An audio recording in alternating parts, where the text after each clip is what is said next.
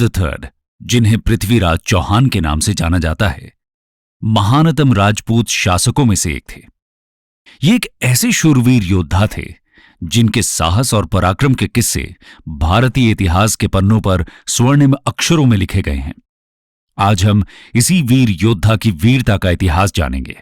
पृथ्वीराज चौहान के बारे में ज्यादातर इंफॉर्मेशन हमें मिडीवल लेजेंडरी क्रॉनिकल से मिलती है। बैटल ऑफ तराइन के कुछ मुस्लिम अकाउंट्स के अलावा हिंदू और जैन ऑथर्स द्वारा लिखे बहुत से मिडीवल काव्य यानी एपिक पोएम्स में इन्हें मेंशन किया गया है, जैसे कि पृथ्वीराज विजय, हमीरा महाकाव्य और पृथ्वीराज रासो।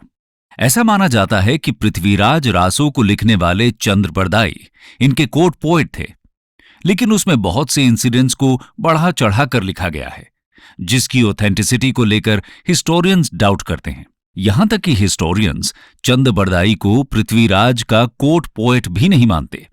उनके अनुसार पृथ्वीराज रासो काफी बाद में अराउंड 15th से 16th सेंचुरी में लिखी गई है।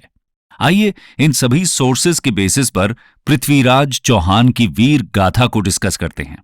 Childhood and early life. दोस्तों, पृथ्वीराज चौहान का जन्म चौहान वंश के राजा सोमेश्वर और उनकी रानी कपूरा देवी के घर 1166 सीई में हुआ था। चौहान डायनेस्टी की कैपिटल अजमेर हुआ करती थी और इनका शासन राजस्थान, हरियाणा और दिल्ली के अलावा उत्तर प्रदेश, मध्य प्रदेश और पंजाब के कुछ पार्ट्स में हुआ करता था।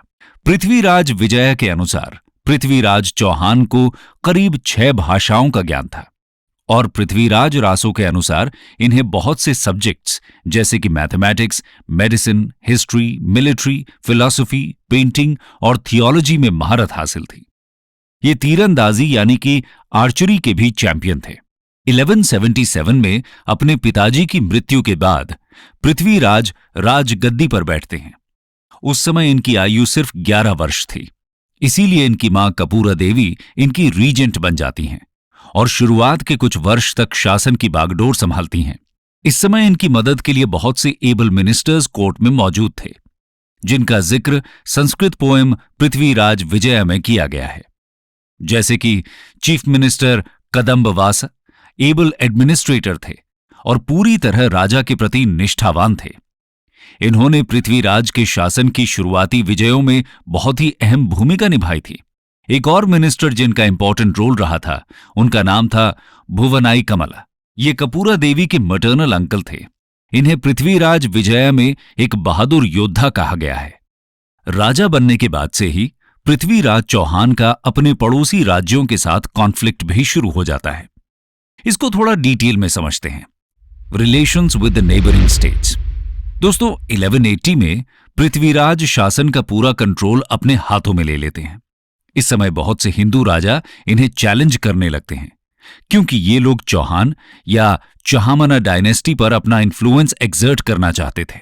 इनमें सबसे पहला नाम आता है नागार्जुना का। ये पृथ्वीराज के कजन थे और उनके कोरोनेशन के अगेंस्ट इन्होंने विद्रोह कर दिया था। किंगडम पर अपनी अथॉरिटी दिखाने के लिए नागार्जुना ने गुड़ापुरा का फोर्ट भी कैप्चर कर लिया था। गुड़ापुरा को आज का गुरुग्राम समझा जाता है। पृथ्वीराज इस फोर्ट का घेरा डालते हैं और इसे जीत लेते हैं। ये जीत उनकी अर्लीस्ट मिलिट्री अचीवमेंट्स में से एक थी। नागार्जुना के रिवोल्ट को क्रश करने के बाद पृथ्वीराज नेबरिंग किंगडम भादानकास की तरफ बढ़ते हैं। इनका कंट्रोल बयाना रीजन के अराउंड था, जो आज राजस्थान के भरतपुर डिस्ट्रिक्ट में आता है।